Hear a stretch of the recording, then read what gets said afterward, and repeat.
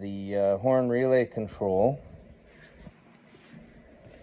is under the hood here. This is the fuse box under the hood. And if we take a look here, that says horn. Right here, that's our horn relay right there.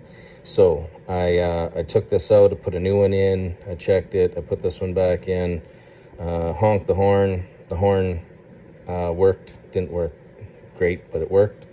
So that's our relay for that. Unless there's a problem with the wiring, I'm gonna call that good. So then we got to move on to the next one. So continuing on here, after we check the horn switch there, we're gonna move back up and we're gonna go down this way and we're gonna check the ground. This is part of the horn system here. So G106, and on this page here, it's showing us that G106 is right here. And I think that this location is our ground for the battery here. There's a couple grounds and then the battery ends up getting hooked to that. But I also took off the front bumper here because the horn is down in here. That's the bolt that bolts the horn up. And I found a little surprise where would have been in an accident before. So then I traced the wire from the horn, and the wiring goes in through here. It goes in here, and then it basically comes back out in here. And then I found that ground there, so I cleaned that up and refastened it, hooked the battery back up, checked it again, and still no success. So as of yet, we have not conquered the problem. After changing that relay for the rear defroster, we switched it out, put another one in there and checked it, and we still have our interior lights on. So that's not the problem. So we've checked the horn relay control under the hood. We have checked the rear window defogger relay inside at the fuse box. So now let's check the seatbelt switch sense.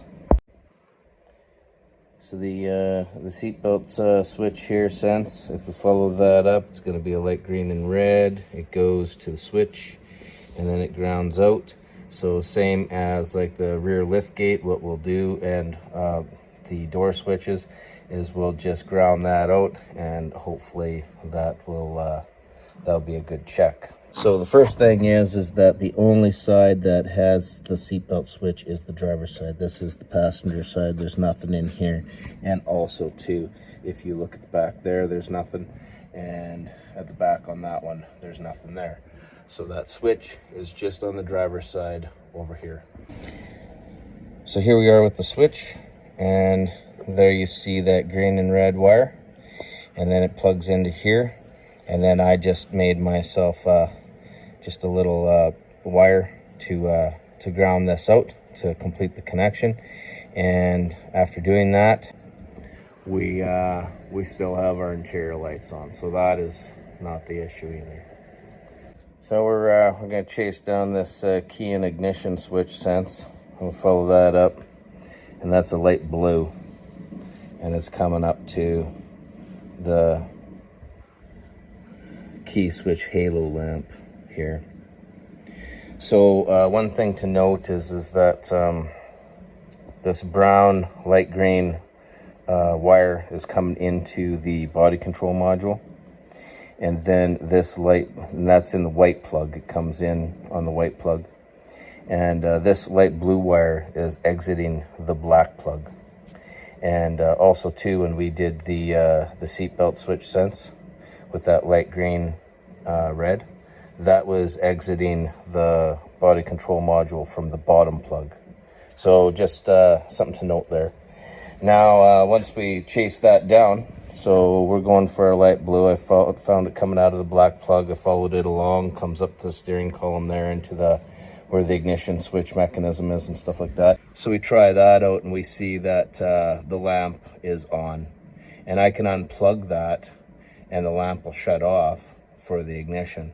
But again, we still have the interior lights on here. So that doesn't seem to be the issue either. So I've got our plug plugged back in here, reassembled the steering wheel, and as you can see, we still have our interior lights. Our interior lights are still on.